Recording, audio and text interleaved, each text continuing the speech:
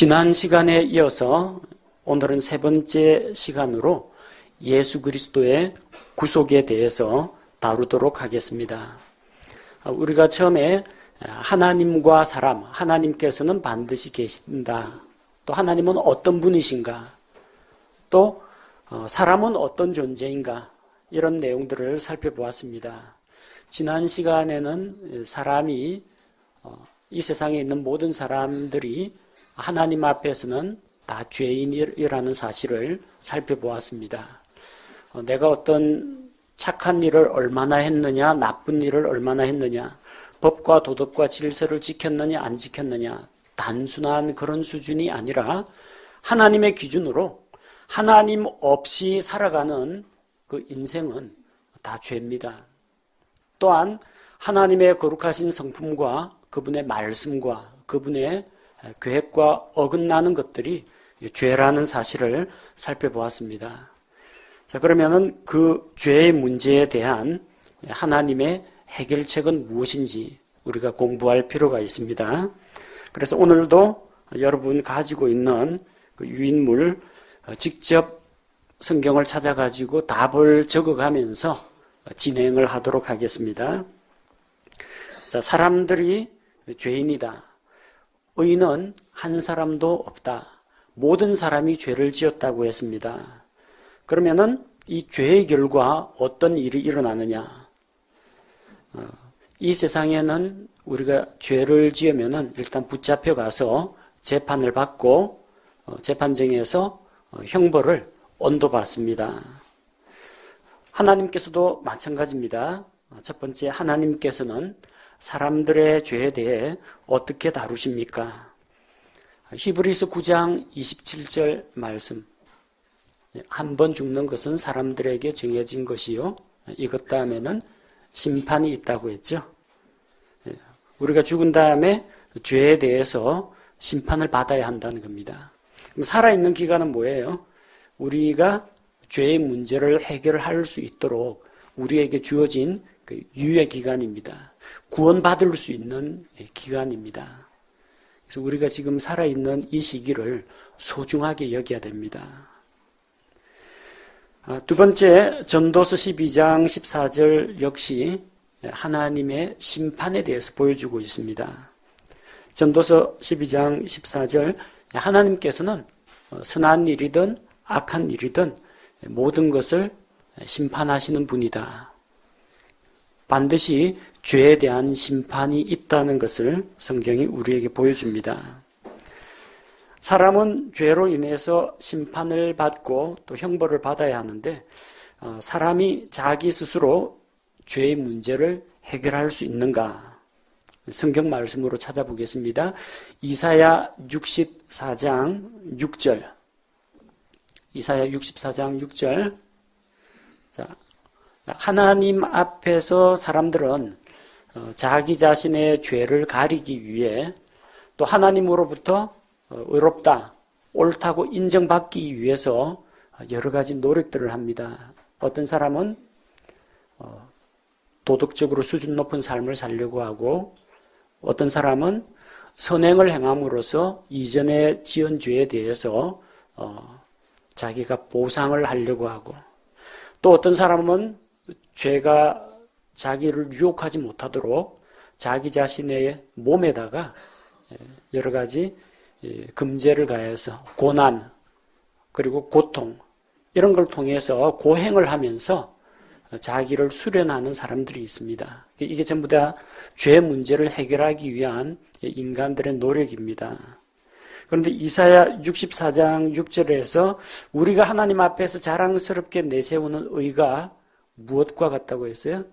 누더기 같다고 했습니다. 누더기 보신 적 있죠? 낡고 더럽고 덕지덕지 기운 그런 자국이 있는 더럽고 추한 옷입니다. 그걸로 우리의 더럽고 부정한 것들을 가릴 수는 없습니다. 갈라디아서 2장 16절 사람이 의롭게 되는 것은 어디에서 나느냐? 사람이 의롭게 되는 것은 율법의 행위에서 나는 것이 아니라고 했습니다. 그러니까 율법을 잘 지킨다. 율법에 기록되어 있는 어떤 종교 의식을 수행한다. 이걸로는 우리가 구원을 받을 수가 없습니다. 율법은 그 율법을 우리에게 주신 목적은 하나님의 높고 거룩하심을 우리가 알고 사람이 얼마나 죄악된 존재인지 율법이 우리에게 지적합니다. 죄를 깨달으라고 주신 율법입니다. 율법 자체는 우리 죄 문제를 해결할 수가 없습니다. 율법의 행위로는 의롭다함을 받을 육체가 아무도 없습니다. 에베소서 2장 8절, 에베소서 2장 8절과 9절을 보십시오. 자, 우리의 행위나 우리의 노력으로 구원을 받을 수 있는가? 구원이 우리 자신에게서 나는가? 성경은 그렇지 않다고 기록하고 있습니다. 너희가 믿음을 통해 은혜로 구원을 받았나니 그것은 너희 자신에게서 난 것이 아니요. 구원은 우리에게서 나는 게 아니라고 했습니다. 우리에게서 나는 것이 아니고 하나님의 선물이니라. 하나님께서 선물로 우리에게 주십니다. 우리 자신의 행위에서 난 것이 아닙니다. 그래서 아무도 구원받은 자는 자기가 착해서 잘나서 구원받았다고 자랑할 수가 없습니다. 구원은 우리 자신, 우리의 행위에서 나는 것이 아닙니다. 사람으로는 이 죄 문제를 해결할 수가 없습니다. 죄에 대해서 심판을 받고 공의로우신 하나님께서 형벌을 내리시는데 죄에 대한 대가는 무엇입니까? 로마서 6장 23절. 대부분 암송하고 계시죠? 설교 시간에 자주 인용하는 말씀입니다. 죄의 삭은 사망이요. 예. 죄에 대한 대가는 사망입니다. 사망이라고 할 때 세 가지 의미가 있습니다. 하나는 생명의 근원이신 하나님과 관계가 끊어져 있는 상태. 그걸 사망이라고 합니다. 우리 믿고 구원받은 성도들 말고 하나님을 모르고 믿지 않는 사람들이 있습니다. 생물학적으로는 살아 있습니다. 숨쉬고 먹고 자고 활동하고 다 합니다. 그러나 몸은 살아 있지만 영적으로 하나님과의 관계가 끊어져 있기 때문에 영적으로 죽은 자들입니다. 그래서 첫 번째, 하나님과의 관계가 끊어진 상태, 영적인 죽음이 있습니다.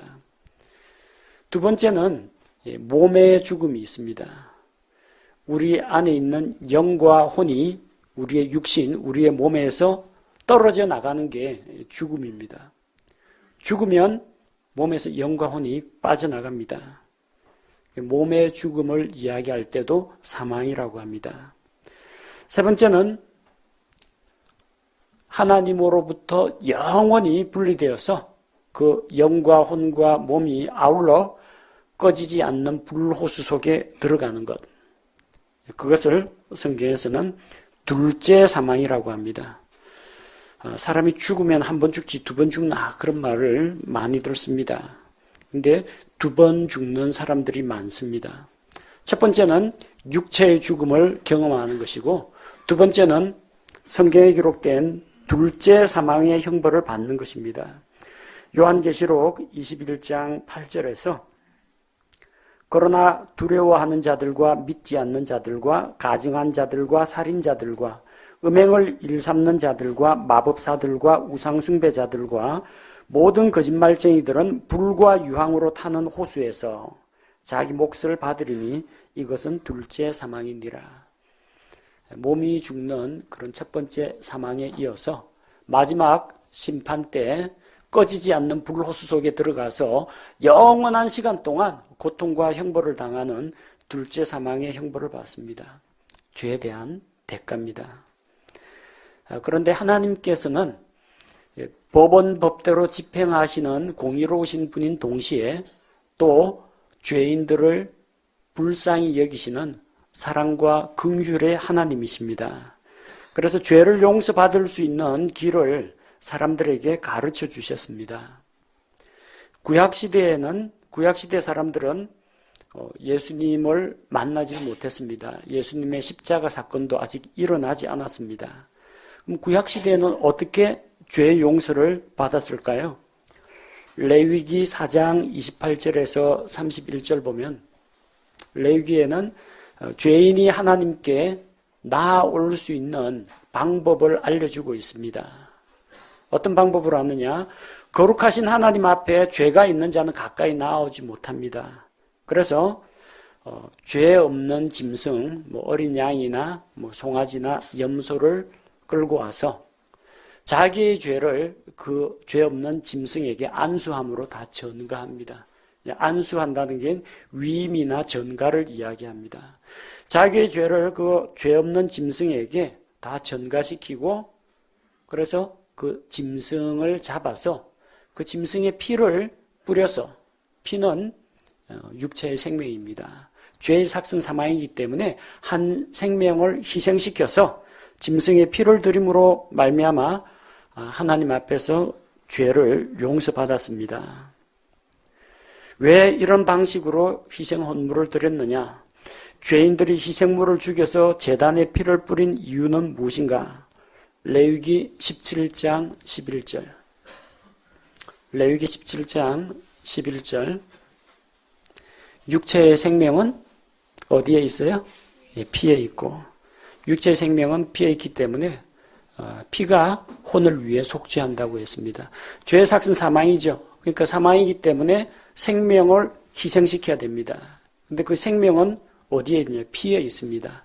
그래서 피를 드림으로써 그 죄의 문제를 해결했던 겁니다.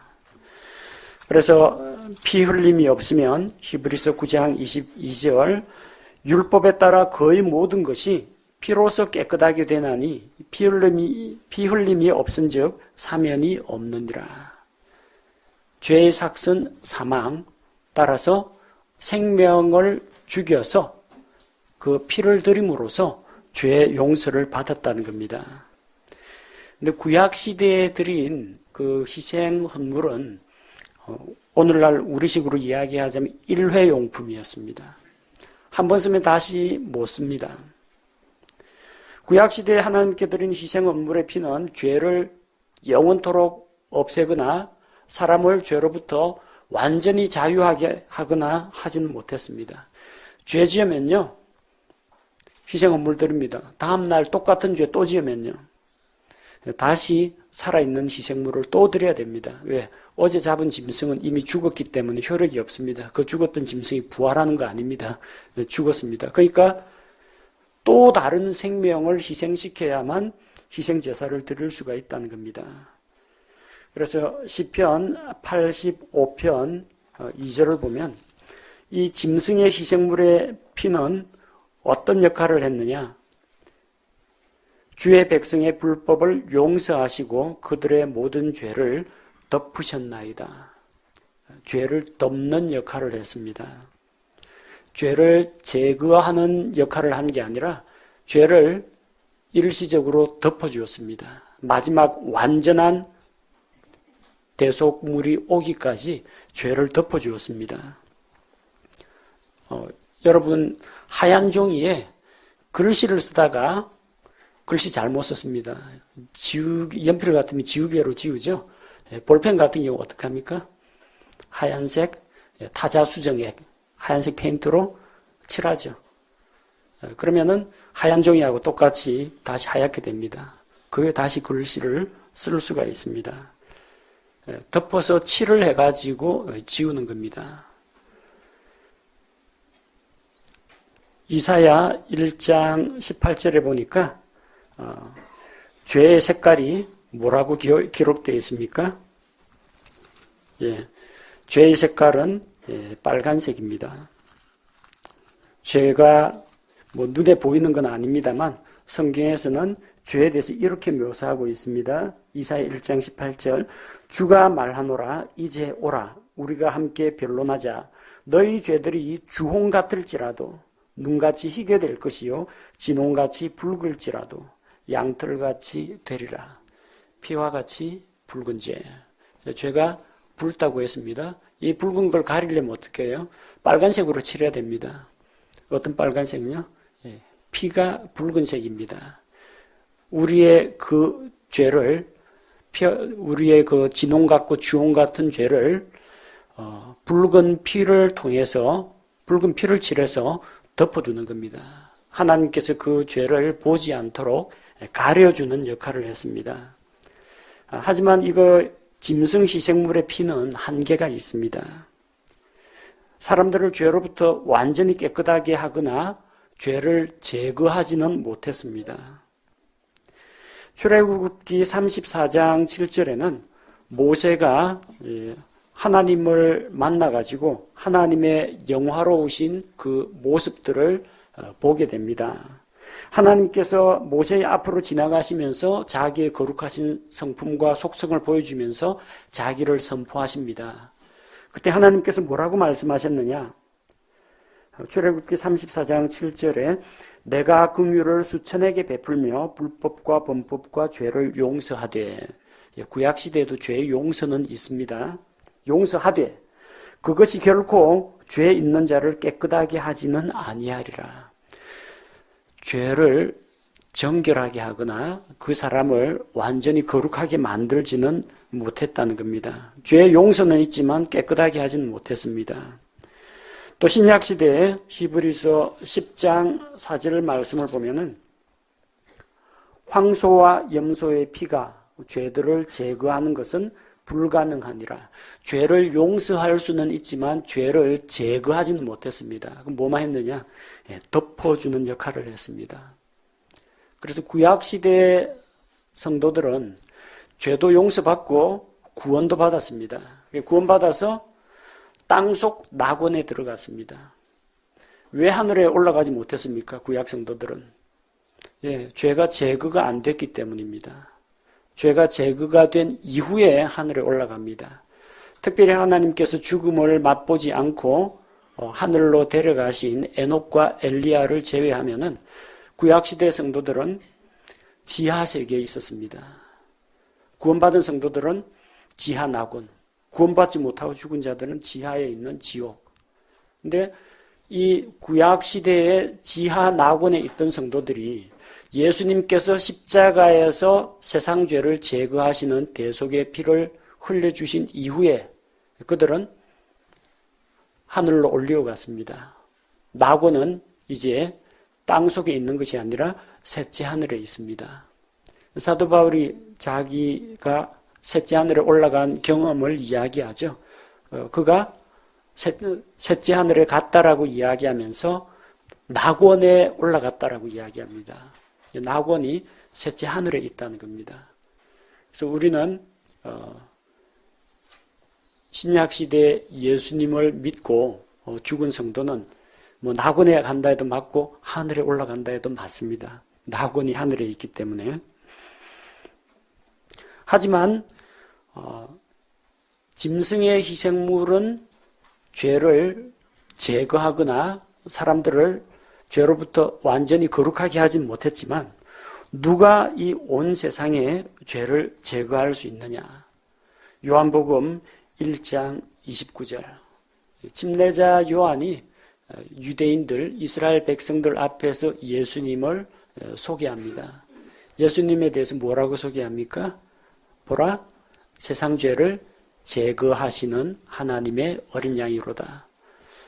개역 성경은 세상 죄를 지고 가는 하나님의 어린 양이라고 하는데 세상 죄를 지고 가시는 분이 아니라 세상 죄를 제거하시는 분입니다. 오직 예수님만이 이 온 세상의 죄 문제를 해결할 수 있는 분입니다. 어떤 방법으로 이 죄를 제거하셨느냐? 그것은 죄를 전가함으로써 이루어졌습니다. 전가라는 말 들어보셨죠? 왜 너가 잘못한 건 남한테 책임을 전가하느냐?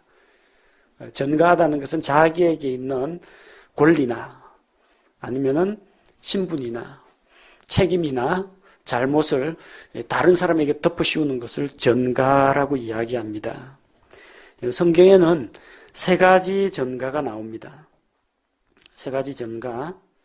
그래서 첫 번째는 아담 한 사람이 죄를 지음으로 온 세상에 있는 모든 사람이 죄인이 되었습니다. 아담의 죄가 온 인류에게 전가가 되었습니다. 또 하나님께서는 사람들을 죄에서 구원하기 위해서 온 인류의 죄를 자기 아들 예수님의 머리 위로 전가시켰습니다. 그리고 예수 그리스도의 십자가의 대속의 공로를 자기 것으로 믿고 받아들이는 자에게는 예수님의 의를 모든 믿는 자에게 전가해 주셨습니다. 그러니까 우리의 죄는 예수님께서 가져가시고 예수님의 거룩하심과 의는 우리에게 입혀주셨다는 겁니다. 그 성경 구절들을 찾아보도록 하겠습니다. 아담의 죄가 온 인류에게 전가가 되었다. 로마서 5장 12절과 15절 말씀에 기록되어 있습니다. 지난번에 우리가 읽었던 말씀이죠. 그러므로 한 사람으로 말미암아 죄가 세상에 들어오고 죄로 말미암아 사망이 들어왔나니 이와 같이 모든 사람이 죄를 지었으므로 사망이 모든 사람에게 임하였느니라. 우리는 에덴 동산에 살지 않았습니다. 우리는 그때 태어나지도 않았습니다. 그러나 인류는 한 종족입니다. 아담과 이브의 후손들입니다. 최초의 인류 아담과 이브의 후손들이기 때문에 그 아담의 일부로 우리는 존재했습니다. 그래서 아담이 그 죄를 지은 것, 그것으로 인해서 모든 사람이 죄인이 된 것입니다. 로마서 5장 15절에도 그러나 거저 주시는 이 선물은 또한 그 범죄와 같지 아니하니 이는 한 사람의 범죄를 통해 많은 사람이 죽었을진데 하나님의 은혜와 또 한 사람 예수 그리스도에 의한 은혜로 말미암은 선물은 더욱더 많은 사람에게 넘쳤기 때문이니라. 한 사람의 범죄로 모든 사람이 죄인이 되고 또 아담 한 사람의 죄로 인해서 사망이 모든 사람 위에 군림하게 되었다는 겁니다. 자, 그런데 하나님께서는 어떤 방법으로 사람들의 죄 문제를 해결하셨느냐? 고린도 후서 5장 21절을 보겠습니다. 이 죄의 삭은 사망이기 때문에 죄 없는 한 사람이 대신 죽음으로써 죄에 대한 대가를 치를 수가 있습니다. 고린도 후서 5장 21절에 하나님께서 죄를 알지 못하는 그분을, 예수님이죠, 우리를 위하여 죄가 되게 하신 것은 우리가 그분 안에서 하나님의 의가 되게 하려 하심이라. 우리를 의롭다 하기 위해서 하나님께서 어떻게 하셨느냐? 죄가 없는 예수님, 죄를 알지도 못한 그 예수님을 우리 대신 죄가 되게 하셨습니다. 죄의 덩어리가 되게 하셨습니다. 그래서 하나님은 죄에 대해서 심판하시죠. 자기 아들 예수 그리스도를 십자가에 못 박고 십자가에서 우리가 받아야 할 그 심판과 형벌을 자기 아들이 대신 받도록 하신 겁니다. 그렇게 하심으로 이제는 하나님께서 누구든지 예수님께서 자기 죄를 대신해서 십자가에서 고난받으시고 죽으시고 부활하신 것을 믿고 받아들이는 자에게, 예수님을 자기의 구원자로 믿는 자들에게 그분이 가지고 있는 의로움, 의를 전가해 주시는 겁니다. 로마서 3장 22절, 그것은 곧 예수 그리스도의 믿음으로 말미암아 모든 자에게 미치고 믿는 모든 자 위에 임하는 하나님의 의니 거기에는 차별이 없느니라. 자, 믿는 자에게 뭐가 임한다고 했어요? 하나님의 의가 임한다고 했습니다. 우리는 죄인이지만 예수 그리스도의 의를 우리에게 덧입혀 주시고 우리의 죄를 보지 않으시고 예수님께서 이루신 그 의, 하나님의 의를 입고 있는 우리를 하나님께서는 의롭다고 인정해 주시는 겁니다. 우리가 죄인이 아니라는 뜻이 아니라는 말이 아니라 우리는 죄인이지만 죄인을 더 이상 죄인으로 간주하지 않으신다는 겁니다. 법정에서 이야기하는 무죄 선고입니다. 그 사람이 잘못을 안 했다는 게 아니라 재판장이 무죄라고 선고했다는 겁니다. 왜? 죄값을 이미 치렀기 때문에, 죄에 대한 대가를 예수님이 지불하셨기 때문입니다.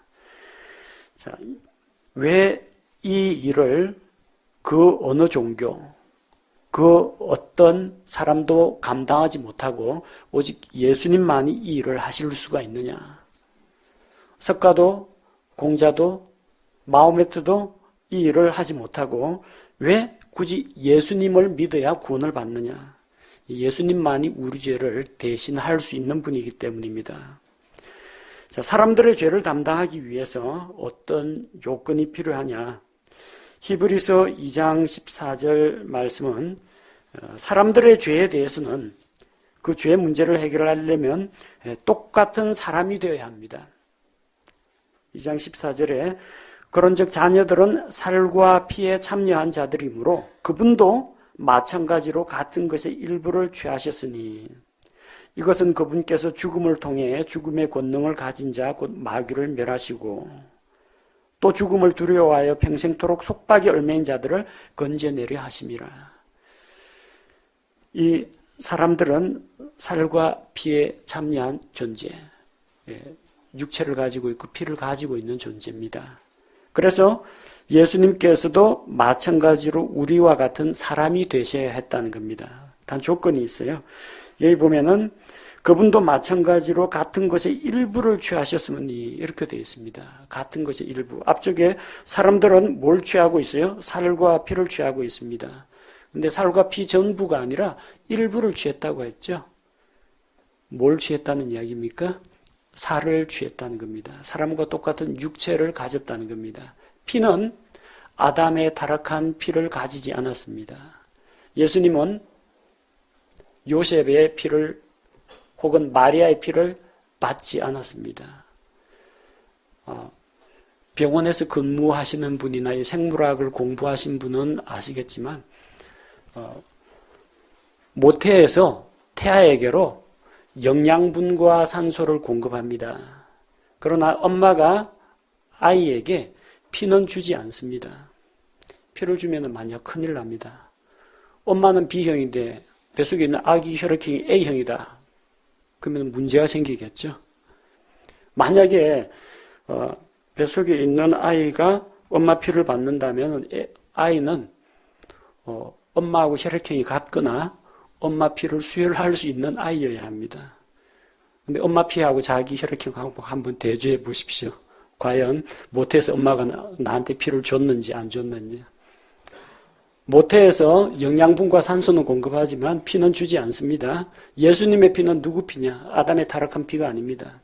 목수 요셉은 예수님 출생하고 아무 관계가 없습니다. 마리아 역시 예수님에게 피 한 방울 주지 않았습니다. 피는 어디에서 만들어지느냐? 태아의 조혈 모세포에서 만들어집니다. 그 태아 자신의 피입니다. 그래서 사도행전 20장 28절에서 하나님께서 자기 피로 사신 교회. 누구 피요? 하나님의 피로 사신 교회. 예수님의 피는 누구 피냐? 사람의 피가 아닙니다. 하나님 자신의 피입니다. 그래서 죄가 없는 피입니다. 영원한 피입니다. 변하지 않는 피입니다. 보배로운 피입니다. 예수님께서 사람과 같은 육체는 입고 오셨지만 인간의 타락한 이 더러운 피는 받지 않으셨다는 겁니다. 깨끗한 피입니다. 하나님의 피입니다. 그래서 사람들을 위해 대신 피 흘려 죽으실 수가 있는 겁니다. 히브리서 4장 15절에 바로 그 내용을 다루고 있습니다. 우리에게 계신 대제사장은 우리의 연약함의 감정을 몸소 느끼지 못하시는 분이 아니요 모든 점에서 우리와 똑같이 시험을 받으셨으되 죄는 없으신 분이시니라. 예수님은 우리처럼 어린아이로 태어나셨고 우리와 똑같은 성장 과정을 거치면서 키와 지혜가 자라가고 하나님과 사람들에게 사랑스러워 가시면서 같은 성장 과정을 했고 우리처럼 졸리면 자야 했고 배고프고 굶주릴 때도 있었고 눈물을 흘리실 때도 있었고 맞고 찔리고 그럴 때 고통도 느끼셨습니다. 우리와 똑같은 그런 경험들을 다 하셨습니다. 한 가지 차이점이 있다면 예수님에게는 죄가 없었다는 겁니다. 자, 이런 조건을 갖춰야 하고 가장 결정적이고 중요한 것은 무엇이냐? 죽어야 한다는 겁니다. 사람들과 똑같은 모습으로 와야 하고 대신 사람들이 가지고 있는 죄의 문제는 갖지 않아야 하고 바로 그런 사람이 다른 사람들의 죄를 대신해서 죽어야 한다는 겁니다. 히브리서 2장 9절 다만 예수님을 보노라 그분께서 죽음의 고난을 당하시려고 천사들보다 조금 낮게 되셨다가 영광과 존귀로 관을 쓰신 것은 하나님의 은혜로 말미암아 모든 사람을 위하여 죽음을 맛보려 하심이라. 사람들을 대신해서 피 흘리고 죽음으로써 이 죄값을 대신할 수 있다는 겁니다. 예수님이 십자가에 못 박혀 죽은 것은 정치 반란을 일으켜서 처형당한 것이 아닙니다. 예수님이 늙어서 죽은 것도 아닙니다. 예수님이 죽은 이유는 바로 이 세상에 있는 죄인들을 위하여 대신 죽으신 것입니다. 신명기 21장 23절 말씀은 구약시대 율법에 나무에 달려 죽은 자는, 나무에 달린 자는 저주 아래 있다고 했습니다. 하나님께 저주를 받은 자라고 했습니다. 예수님이 왜 십자가 나무에 달리셨느냐? 우리 대신 저주를 감당하기 위해서입니다. 우리가 지난번에 살펴본 것처럼 창세기 3장 18절에서 아담이 죄를 지어서 땅이 저주를 받았다고 했습니다. 사람의 죄로 인해서 땅이 저주를 받아서 땅이 가시와 엉겅퀴를 낸다고 했습니다. 마가복음 15장 17절에는 그 가시가 예수님의 머리 위로 올라갔다는 것을 보여줍니다. 로마 군병들이 가시로 관을 엮어서 예수님의 머리에 씌웠습니다.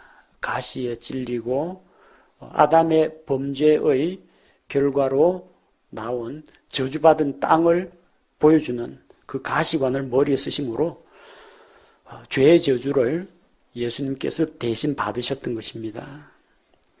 이사야 53장 5절과 6절, 예수님께서 왜 고난당하시고 왜 채찍에 맞으시고 창에 찔리셔야 했느냐? 이사야 53장 5절 6절을 보면 그러나 그는 우리의 범법들로 인해 부상을 당하고 우리의 불법들로 인해 상하였노라. 예수님의 고난은 무엇 때문이었습니까? 우리의 범법들, 우리의 불법 때문이었습니다. 그가 징벌을 받음으로 우리가 화평을 누리고 그가 채찍에 맞음으로 우리가 고침을 받았도다. 예수님의 그 고난이 바로 우리의 회복과 하나님과의 관계 회복과 또 우리를 구원하기 위한 것이었다는 겁니다. 그래서 이 세상 어느 누가, 어느 종교 지도자가 또 어느 부모나 어느 선인이 여러분을 대신해서 대신 죽고 여러분의 죄를 대신해서 대신 고난받고 피 흘려 죽었습니까? 아무도 없습니다. 예수 그리스도 이외에는 아무도 없습니다. 우리 죄값을 지불하기 위해서 예수님은 십자가에 달려서 고난을 받으시고 자기 생명의 피를 대신 흘려주셨습니다. 또한 예수님은 우리 죄를 위해 대신 피 흘려 죽으실 뿐만 아니라 부활하셨습니다. 부활이라는 건 죽었던 사람이 다시 살아나는 것을 이야기합니다.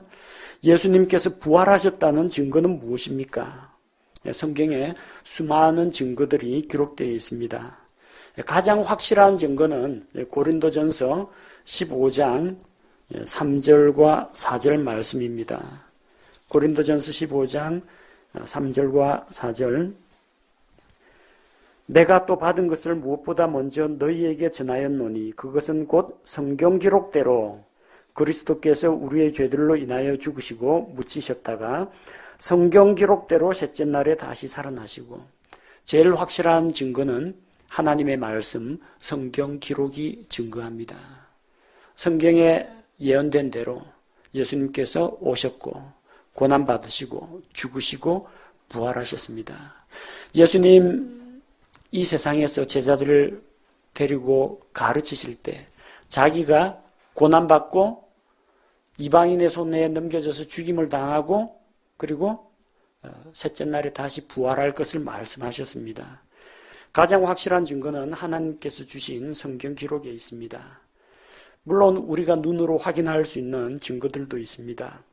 고린도전서 15장 5절에서 8절에는 예수님의 부활을 목격한 자들이 있습니다.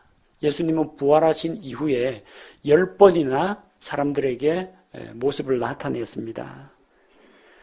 게바에게, 베드로에게도 보이시고 12제자에게 보이시고 500여 형제에게 보이시고 야고보에게 보이시고 모든 사도들에게 보이시고 또 사도 바울에게도 보이셨습니다.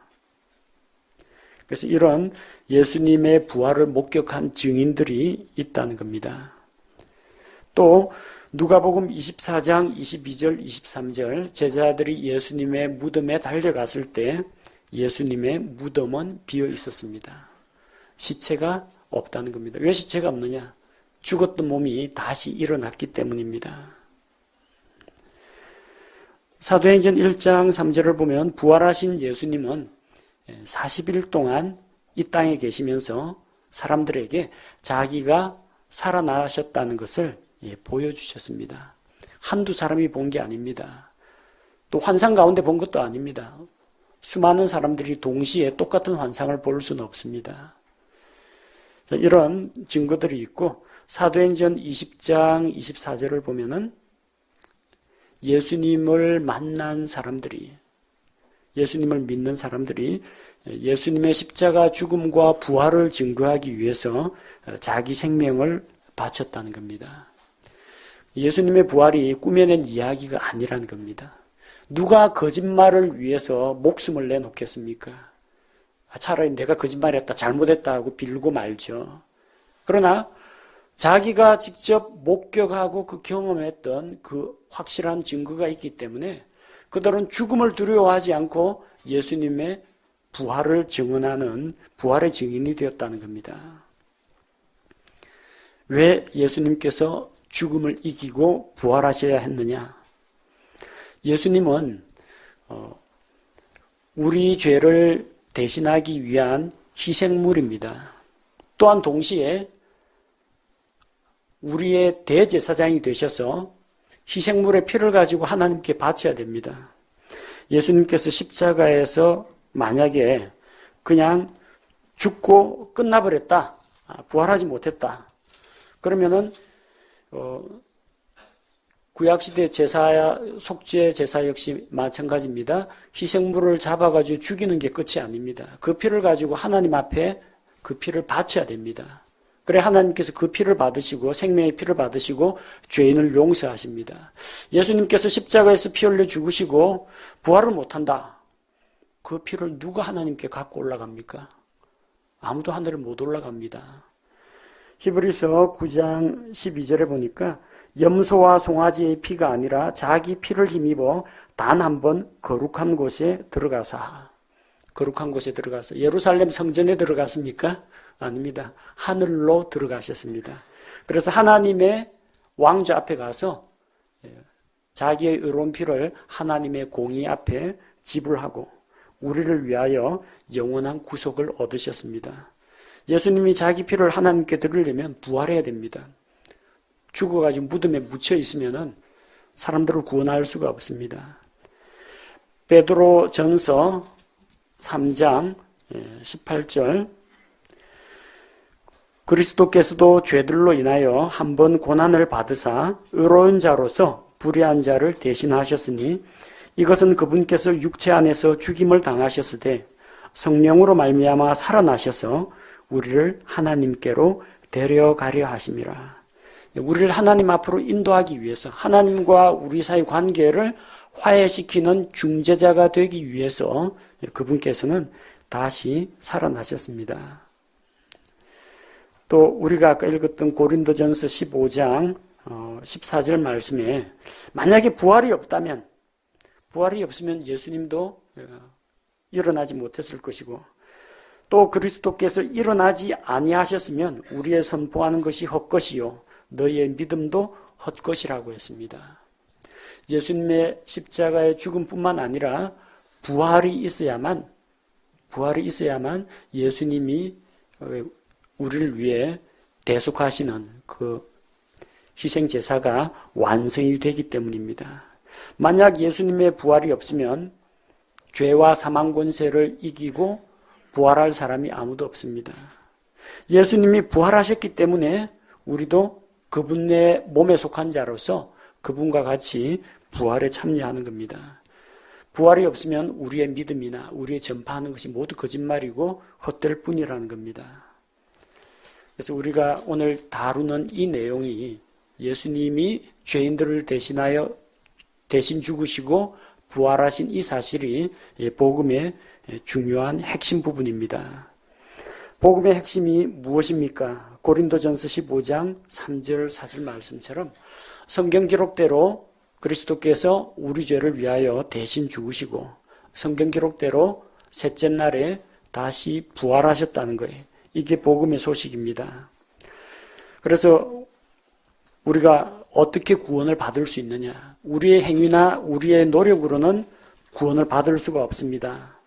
로마서 10장 9절 10절에서 내가 만일 내 입으로 주 예수님을 시인하고 하나님께서 그분을 죽은 자들로부터 살리신 것을 내 마음속으로 믿으면 구원을 받으리니 사람이 마음으로 믿어 의에 이르고 입으로 시인하여 구원에 이르느니라.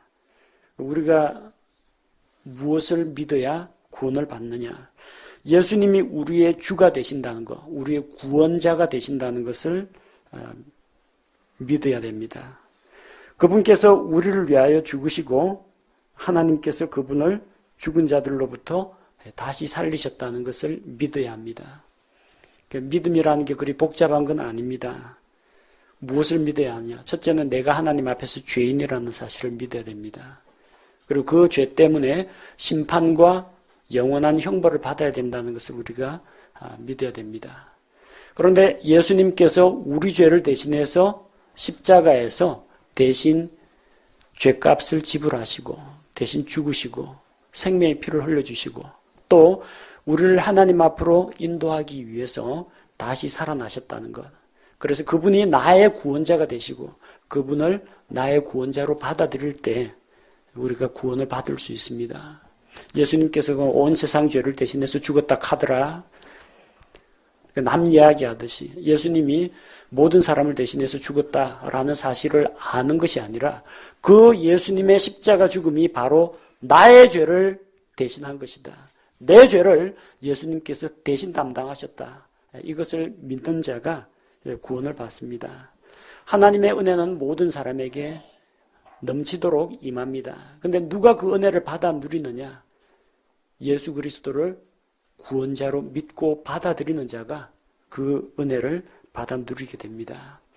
여러분, 다른 사람들에게 이 성경 공부 교재를 가지고 가르치고 성경 공부 인도할 때 가장 중요한 것, 예수님만이 우리 죄 문제를 해결할 수 있는 구원자라는 사실을 반드시 가르치시기 바랍니다.